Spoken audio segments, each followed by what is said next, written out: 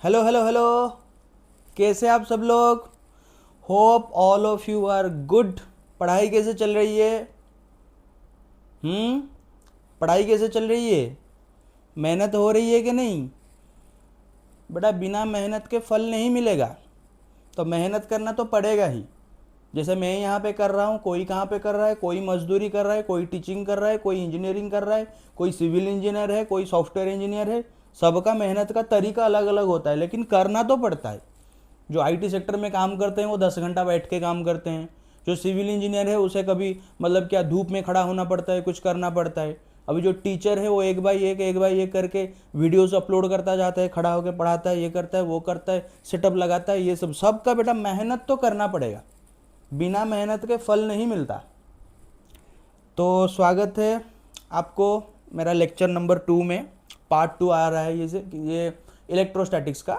और पहला पार्ट में मैं बट हाँ, पहले में क्या हुआ था ना, मैं एक फुल सिलेबस दे दिया था, डिटेल सिलेबस आइडिया दे दिया था कि ट्वेल्थ में क्या क्या पढ़ना है हमें।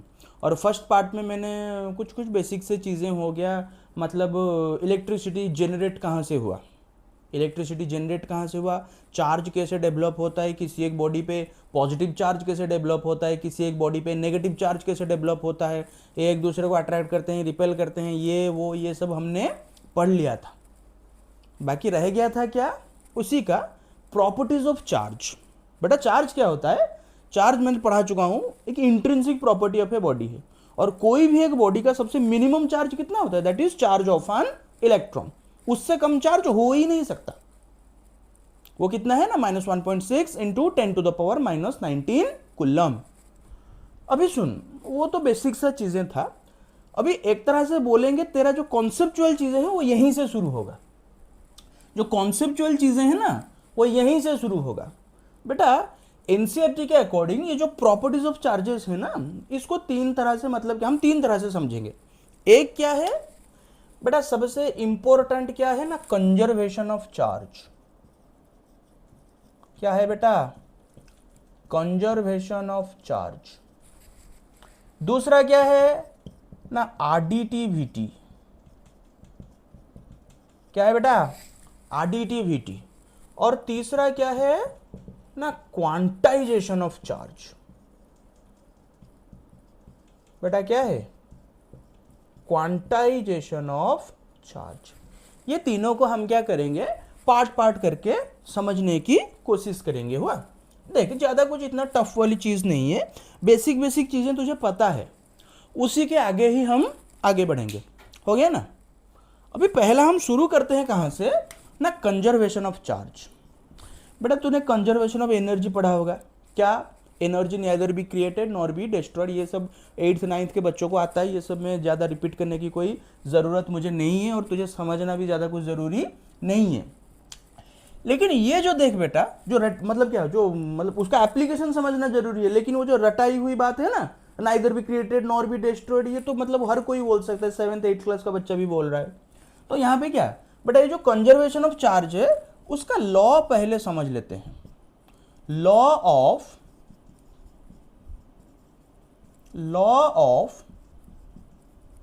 Conservation of charge. क्या है बेटा? Law of conservation of charge. Law of conservation of charge क्या बोल रहा है कि अगर हमारे पास कोई एक आइसोलेटेड सिस्टम है, आइसोलेटेड सिस्टम मतलब क्या, माने बाहर से कुछ अंदर नहीं जा रहा या फिर अंदर से कुछ बाहर नहीं आ रहा। समझ में आ गया ना? मतलब सोच ले, एक रूम है, अभी रूम के अंदर तू क्या किया ना, खिड़की दरवाजा सब बंद कर दिया। अभी तू एक बॉडी क्या हो गया ना, आइसोलेट हो गया। जैसे कोविड के टाइम हम आइसोलेशन में रहते थे ना, क्या एक चीज को पूरा अलग करके रखा जाता था। लेकिन यहां पे अगर तू क्या मतलब खिड़की भी खोल देगा तो सनलाइट उधर से आएगा, तेरा रूम का टेम्परेचर इंक्रीज करेगा, तो उसे हम आइसोलेटेड सिस्टम नहीं बोल सकते। समझ में आ गया ना? तो law of conservation of charge क्या बोलता है ना, for an isolated system total charge remains constant. Total charge remains constant. और बेसिक सा जो फॉर्मूला है, बेसिक सा जो लॉ है वो क्या है ना, charge neither be created nor be destroyed, it can only transfer from one body to another body, one body to another body. मतलब law of conservation of charge में पहला पॉइंट क्या बोल रहा है ना, charge neither be created nor be destroyed, but it can transfer from one body to another body. बेटा कहीं पे हम चार्ज को क्रिएट नहीं कर सकते, चार्ज को डिस्ट्रॉय नहीं कर सकते। अगर किसी एक बॉडी का चार्ज मतलब कुछ था वो डिक्रीज कर रहा है, इसका मतलब क्या, उसका चार्ज वहां से कहीं और जगह पे क्या हो गया, ट्रांसफर हो गया, शिफ्ट हो गया, अभी घटेगा नहीं। अगर कहीं किसी का मतलब मेरा नेगेटिव चार्ज था और मेरा क्या हुआ ना, सडनली मेरा नेगेटिव चार्ज इंक्रीज करने लगा, मतलब क्या, मतलब कहीं बाहर से मैं क्या कर रहा हूं, धीरे धीरे इलेक्ट्रॉन्स एक्सेप्ट कर रहा हूं। और दूसरा पॉइंट बोल रहा है कि for an isolated system, for an isolated system total charge remain conserved। बेटा एक आइसोलेटेड सिस्टम के लिए क्या होगा, टोटल चार्ज हमेशा कांस्टेंट ही रहेगा, टोटल चार्ज हमेशा कांस्टेंट ही रहेगा। इसका मतलब क्या समझ, इसका मतलब मैं तेरे को एक एग्जांपल दे रहा हूं। सोच ले मेरे पास कोई एक आइसोलेटेड सिस्टम था, उसके अंदर मैंने दो बॉडीज रखे हैं। क्या रखे हैं, दो बॉडीज। बेटा सोच ले कि इसका चार्ज कुछ है 2 कूलम, इसका चार्ज कुछ है 3 कूलम। इसका चार्ज कुछ है 2 कूलम, इसका चार्ज कितना है 3 कूलम। तो कोई अगर बोलेगा कि अभी सर बताओ सिस्टम का नेट चार्ज कितना होगा, तो बोलेगा सर चार्ज स्केलर है, 2-3 मिलके कितने हो जाएंगे, 5 कूलम। हाँ ना बोल यार, समझ में आ रहा है ना। अभी कोई बोलेगा कि सर अभी क्या हो रहा है ना, आफ्टर सम टाइम लेट कुछ एक फेनोमेना हम करके ये जो पहला वाला बॉडी है ना, ये जो पहला वाला बॉडी है बेटा, इसका चार्ज कितना हो गया, 1 कूलम हो गया। तो ऑब्वियसली ये जो दूसरा, अगर ये सिस्टम एक आइसोलेटेड सिस्टम है तो ये दूसरे वाले का चार्ज कितना हो गया होगा, 4 कूलम हो गया होगा। क्या हो गया होगा, मतलब क्या, आइसोलेटेड सिस्टम बाहर से बंद है, माने टोटल चार्ज क्या रहेगा, कंजर्व रहेगा, कांस्टेंट। इनिशियली भी 5 कूलम था, फाइनली भी 5 कूलम होगा। लेकिन क्या हो सकता है ना, चार्ज एक बॉडी से दूसरे बॉडी की ओर ट्रांसफर मार सकता है। चलो ये हो गया क्या, law of conservation of charge. ये पॉज करके तू 1 मिनट लिख ले इसको। अब दूसरा प्रॉपर्टी देख, एडिटिविटी। देख देख सुन, किताब में तो बहुत लंबा चौड़ा करके लिखा गया है, लेकिन हमें सिर्फ और सिर्फ उतना देखना है कितना, मतलब क्या, मतलब हम यहाँ पे क्या, हम आपको उसका समरी देते हैं। मतलब क्या, हम जितना बोलेंगे ओब्वियसली उतना नहीं बोलेंगे, लेकिन ऐसा भी कुछ नहीं बोलेंगे जो उससे छूट जाएगा, या फिर जो हमसे छूट जाएगा जो किताब में एक्स्ट्रा दिया होगा। देख एडिटिविटी मतलब एक बात मतलब समझ, ये जो चार्ज तेरा है ना, ये बेटा चार्ज कैसा क्वांटिटी है ना, ये एक स्केलर क्वांटिटी है। तो जब हम स्केलर का क्या करते हैं ना, एडिशन और सब्ट्रैक्शन करते हैं, तो कैसे करते हैं, एरिथमेटिक में जैसे एडिशन सब्ट्रैक्शन होता है वैसे ही होता है। यहाँ पे कुछ अलग नहीं है, यहाँ पे कुछ भी अलग नहीं है। इसको हम कैसे करते हैं ना, अलजेब्रिक एडिशन करते हैं, अलजेब्रिक एडिशन। एडिटिविटी मतलब क्या, मतलब ये कि स्केलर क्वांटिटी है, प्लस प्लस तो प्लस, प्लस माइनस तो, मतलब जैसे नॉर्मल अलजेब्रा में एडिशन सब्ट्रैक्शन होता है वैसे ही होगा। अभी बोल रहा है कि एक बॉडी में एक चार्ज था 5 कूलम, एक चार्ज था -3 कूलम। तो कोई बोलेगा कि सर सिस्टम का नेट चार्ज बताओ कितना, चार्ज का सिंबल क्या है, क्यू। नेट चार्ज बेटा एक था 5 कूलम, दूसरा था -2 कूलम, तो आंसर हो जाएगा 2 कूलम। मतलब इस सिस्टम का नेट चार्ज कितना हो जाएगा, 2 कूलम। वैसे ही अगर कोई बोलेगा कि सर यहाँ पे 3 बॉडीज हैं, यहाँ पे क्या है, 3 बॉडीज हैं, हाँ ना बोल यार, यहाँ पे क्या है, 3 बॉडीज हैं, और एक का चार्ज है -7 कूलम, एक का चार्ज है -1 कूलम, दूसरे का है बेटा 5 कूलम। तो कौन बोलेगा कि नेट चार्ज सिस्टम का बताओ, ऑब्वियसली सिंपल ऐड कर देना है। अगर नेट चार्ज निकालेंगे ये क्या बन जाएगा ना, -7 कूलम +5 कूलम -1 कूलम, तो आंसर आ जाएगा -3 कूलम। खत्म। ये सिंपल सा हो गया क्या, आरडीटीपीटी। ये दोनों गए। अभी सबसे इंपॉर्टेंट क्या है, सबसे इंपॉर्टेंट है क्वांटाइजेशन ऑफ चार्ज। ये क्वांटाइजेशन क्या है, ये क्वांटाइजेशन कहाँ से आया है, क्वांटाइजेशन ऑफ चार्ज माने क्या है। अभी मेरे हिसाब से क्लास 11th में तूने इस क्वांटाइजेशन के हिसाब से शायद ही कहीं पे पढ़ा होगा। क्लास 12th में तेरे को 2 3 4 जगह पे आएंगे। तो पहले हम क्या समझेंगे, क्वांटाइजेशन क्या है, वो किस वर्ड से आया है, एक्चुअली मीनिंग क्या है उसका। तो इससे पहले तो क्या कर, 1 सेकंड में पॉज लगा के लिख ले इसको। सुन, ये पहले ये जो टेढ़ा सा वर्ड है ना क्वांटाइजेशन, पहले इसे समझना पड़ेगा ये एक्चुअली चीज़ है क्या। अभी क्वांटाइजेशन से पहले तो क्या कर, 2 अलग अलग चीज़ों को समझ। क्या ना, ये कॉन्टिन्यूस क्या होता है और नॉट कॉन्टिन्यूस क्या होता है। और ये जो नॉट कॉन्टिन्यूस होता है ना, उसका दूसरा नाम है डिस्क्रीट। क्या है बेटा, डिस्क्रीट। समझ, कॉन्टिन्यूस क्या होता है और नॉट कॉन्टिन्यूस या फिर डिस्क्रीट क्या होता है। अभी मैं तेरे को सीधा सीधा एग्जांपल दे रहा हूँ। अभी तू सोच ले, क्लास में बैठा है, मैं तेरे को बोलूँगा what is the number of students in your class, तुम्हारे क्लास में कितने बच्चे हैं। तो क्या बोलेगा, सर 5 हैं, 10 हैं, 15 हैं, 20 हैं। अभी तेरे को मतलब क्या, ऐसा नहीं बोल नहीं सकता तू कि सर 17.5 बच्चे बैठे हैं, या फिर मतलब क्या 22/8 बच्चे बैठे हैं, 33.7 बच्चे बैठे हैं, ऐसा तो बिल्कुल नहीं बोल सकता। तो यहाँ पे क्या, तेरा जो बच्चे का जो नंबर है वो या तो 1 बच्चा होगा, 2 बच्चा होगा, 3 बच्चा होगा, 4 बच्चा होगा। 1 से 2 के बीच कोई बच्चा हो ही नहीं सकता, 2 से 3 के बीच कोई बच्चा हो ही नहीं सकता। उसको क्या बोला जाएगा ना, उसको क्या बोला जाएगा, नॉट कॉन्टिन्यूस। उसको क्या बोला जाएगा, नॉट कॉन्टिन्यूस। जैसे कि एग्जाम्पल में दे रहा हूं कि number of student in your class, या फिर दूसरे में बोल सकता हूं number of cycle in stand में कितने साइकिल्स रखे हैं। सर आज 20 बच्चे आए थे, 18 साइकिल आए हैं, 2 पैदल चल के आए हैं। सर आज 20 बच्चे आए थे लेकिन 10.5 साइकिल है, ऐसा पॉसिबल है क्या, नहीं, खत्म बात। तो जो चीज मतलब क्या, एनीथिंग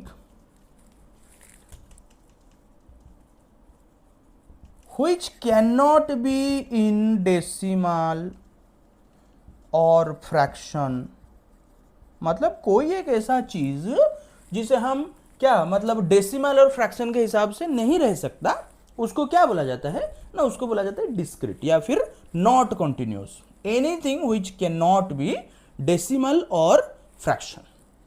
लेकिन कॉन्टिन्यूस क्या है, तो बोलेगा कि सर मास ऑफ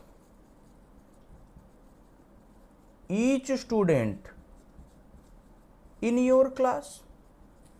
सोच ले, तेरे पास 25 बच्चे बैठे हैं, तेरे पास कितने बच्चे बैठे हैं, 25 बच्चे बैठे हैं। अभी कोई बोलेगा कि सबका मास बता। अबे किसका 50 किलो हो सकता है, किसका 50 किलो 100 ग्राम हो सकता है, किसका 50 किलो 200 ग्राम हो सकता है, किसका 50 किलो 475 ग्राम हो सकता है। मतलब यहां पे ऐसा कुछ नहीं है कि किसी का 50 होगा, किसी का 51 होगा, किसी का 52 होगा। मतलब उसके अंदर भी जितने नंबर हैं, किसी का मास उतना हो सकता है, ये पॉसिबल है। मतलब वहां पे डेसिमल हो गया, फ्रैक्शन हो गया, ये सब पॉसिबल है। समझ में आ गया ना। तो एग्जांपल क्या हो गया, mass of each student in your class. और मैं बोल सकता हूं height of each student in your class. बेटा कोई 5 फुट का होता है, कोई 6 फुट का, ऐसा बिल्कुल नहीं होता। कोई 5 फुट 4 इंच का भी हो सकता है, कोई 5 फुट 6 इंच का भी हो सकता है, कोई 5 फुट 5.66 मतलब 5 फुट 0.66 इंच का भी हो सकता है। तो ये सब वैल्यू क्या है, पॉसिबल है। तो समझ में आ गया ना, कॉन्टिन्यूस क्या है, डिस्क्रीट क्या है। डिस्क्रीट माने क्या, डिस्क्रीट माने which can not be decimal और फ्रैक्शन, मतलब या तो ये या तो वो, ये और वो के बीच का कोई भी वैल्यू पॉसिबल नहीं है। समझ में आ गया। अभी क्लासरूम में 100 बच्चे बैठे हैं, या तो 90 या तो 91 या तो 92, 91 और 92 के बीच में कोई नहीं हो सकता वैसे, लेकिन मास लेंथ ये सब क्या हो सकता है, हर एक वैल्यू पॉसिबल है। तो पहले तुझे समझना पड़ेगा कि कॉन्टिन्यूस क्या है, डिस्क्रीट क्या है। समझ में आ गया ना। तो यहां पे सोच ले, ये जो डिस्क्रीट चीजें हैं, ये जो क्या है, हम इसके बारे में नहीं पढ़ेंगे, क्योंकि हम क्या पढ़ रहे हैं ना, क्वांटाइजेशन ऑफ चार्ज। ये जो क्वांटाइजेशन आया है ना, ये क्वांटाइजेशन आया है एक छोटे से वर्ड से जिसका नाम है क्या, क्वांटा। क्वांटा का नाम क्या, तो अगर एक वर्ड में इसी को समझेगा तो तू समझ के द मिनिमम डिफरेंस, क्या समझ, द मिनिमम डिफरेंस। मतलब अगर क्लास में 25 बच्चे बैठे हैं तो बोलेगा सर 24 हैं, 25 है, 26 हैं, कुछ भी हैं, तो मिनिमम डिफरेंस क्या है, 1 बच्चा। तो इन योर क्लासरूम अगर मैं बोलूंगा कि क्वांटा का मतलब तू क्या समझ रहे, तू बोलेगा कि सर 1 बच्चा, या तो 1 हो सकता है या तो 2 हो सकता है, उसके बीचों बीच नहीं हो सकता। समझ में आ रहा है। तो क्वांटा का मतलब क्या, द मिनिमम डिफरेंस।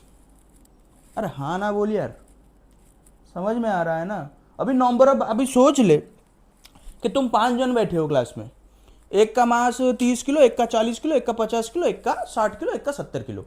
अगर मैं यहां पे बोलूं कि किसी दो बॉडीज के बीच का मास का जो डिफरेंस है वो कितना होगा, वो मिनिमम होगा 10 केजी। मिनिमम कितना होगा, 10 केजी। 20 हो सकता है, 40 हो सकता है, 50 हो सकता है, लेकिन मिनिमम कितना होगा, 10 केजी। बेटा उसी को बोला जाता है क्वांटा। और वो 10 केजी 5 केजी नहीं हो सकता, क्योंकि बेटा ऐसे सीक्वेंस चला 30 40 50 60 70। समझ में आ रहा है। तो वैसे ही अगर हम क्वांटाइजेशन ऑफ चार्ज के बारे में समझेंगे तो बेटा क्या होता है ना, सोच लो ये एक बॉडी है, ये एक बॉडी है कि नहीं। सोच लो मतलब एक बॉडी से दूसरे बॉडी को चार्ज ट्रांसफर हो रहा है या कुछ भी। अच्छा सोच लेते हैं, सोचो कि यहां पे क्या हो रहा है ना, यहां पे नेगेटिव चार्ज बढ़ रहा है, यहां पे नेगेटिव चार्ज क्या हो रहा है, बढ़ रहा है। इसका मतलब क्या, ये धीरे धीरे धीरे इलेक्ट्रॉन एक्सेप्ट करता जा रहा है। और ये जो नेगेटिव चार्ज जितना अमाउंट का बढ़ रहा है, वो बढ़ कैसे रहा है, छोटे छोटे चार्ज की वजह से।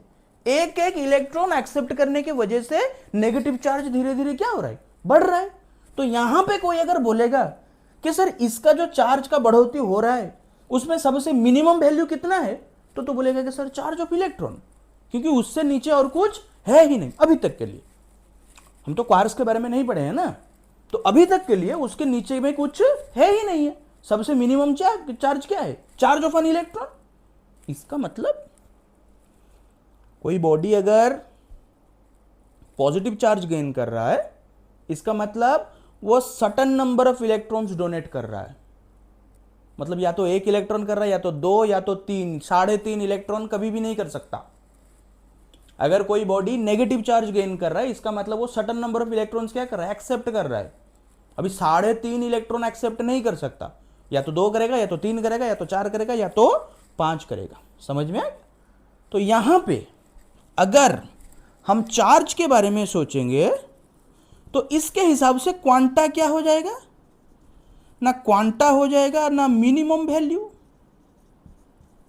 बेटा क्या हो जाएगा, क्वांटा क्या हो जाएगा, मिनिमम वैल्यू। अभी यहां पे मिनिमम वैल्यू क्या है ना, that is charge of an electron which is equals to -1.6 into 10 to the power -19 coulomb, plus और माइनस। क्यों, क्योंकि दे भी सकता है ले भी सकता है, लेन देन दोनों चल रहा है, लेकिन किसके हिसाब से, एक एक इलेक्ट्रॉन के हिसाब से। ये हो गया उसका कॉन्सेप्ट, ये क्या हो गया। लेकिन क्वांटाइजेशन ऑफ चार्ज क्या बोल रहा है, इंपॉर्टेंट डेफिनेशन क्या हो जाएगा, इंपॉर्टेंट क्या ना, द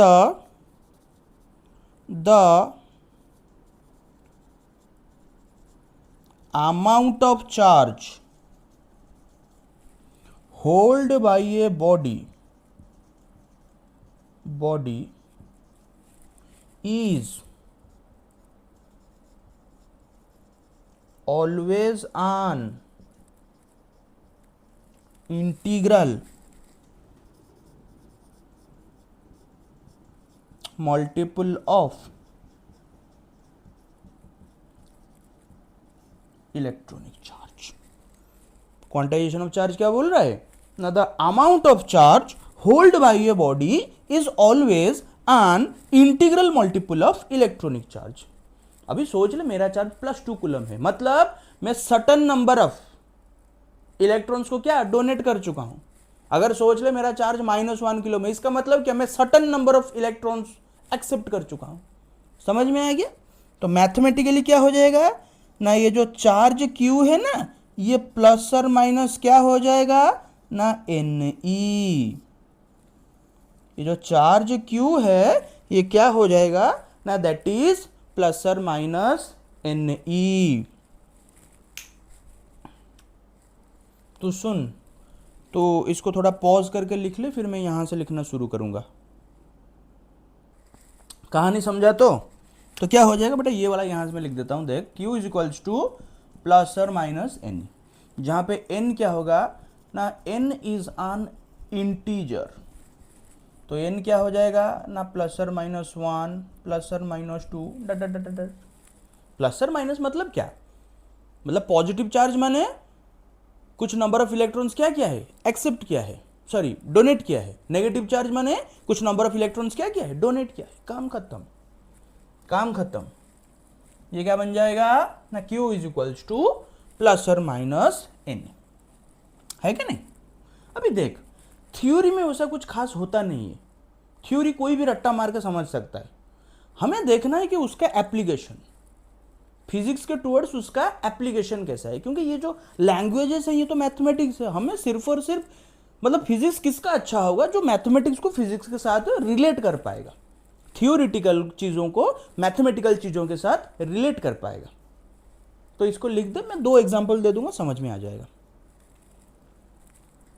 लिख ले।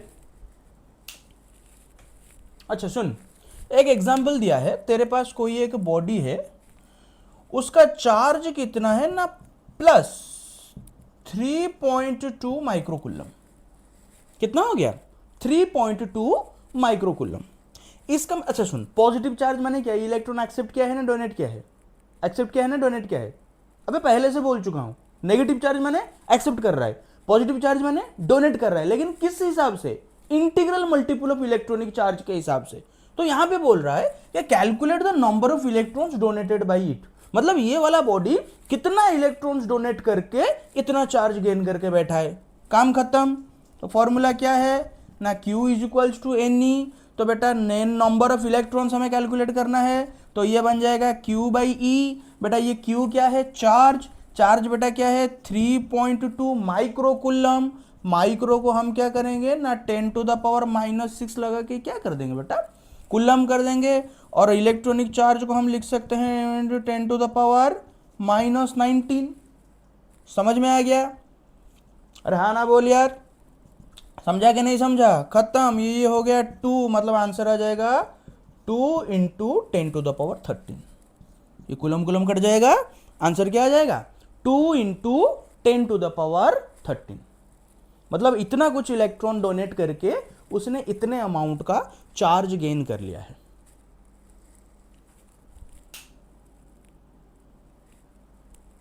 अभी उसी तरह से और एक एग्जांपल देख, वो बोल रहा है कोई एक बॉडी का चार्ज कितना है 1 कूलम। इसका मतलब वो कितना इलेक्ट्रॉन कंटेन करके बैठा है, सॉरी कंटेन तो नहीं होगा, या तो एक्सेप्ट करके बैठा है या फिर नंबर ऑफ इलेक्ट्रॉन एक्सेप्ट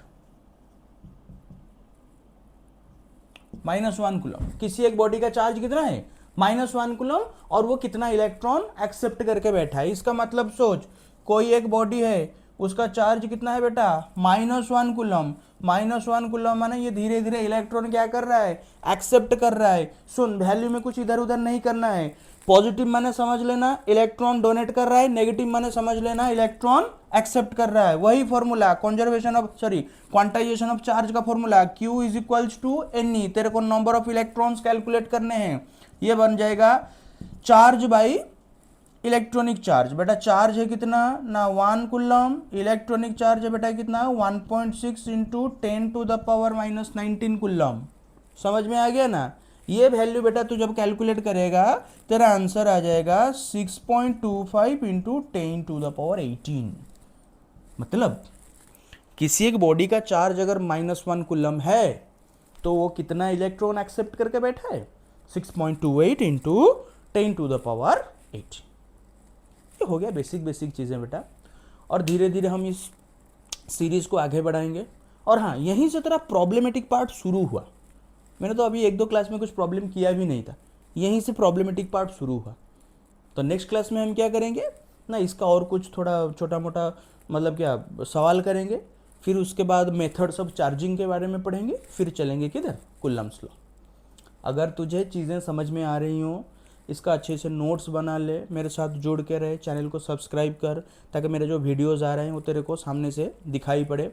और अगर वीडियोस अच्छी लग रही हों तो लाइक करें, सब्सक्राइब करें और मेरे साथ जुड़ के रहें, क्योंकि अगर आप मिस करोगे मतलब कभी आओगे कभी नहीं आओगे, ये तो कुछ फ़ायदा ही नहीं होगा। अगर किसी एक टीचर के पास पढ़ना है तो कंटिन्यूसली हमें क्या एक रिदम में पढ़ना पड़ेगा। तो ठीक है, नेक्स्ट टाइम मिलते हैं 3rd पार्ट में, तब तक के लिए बाय बाय।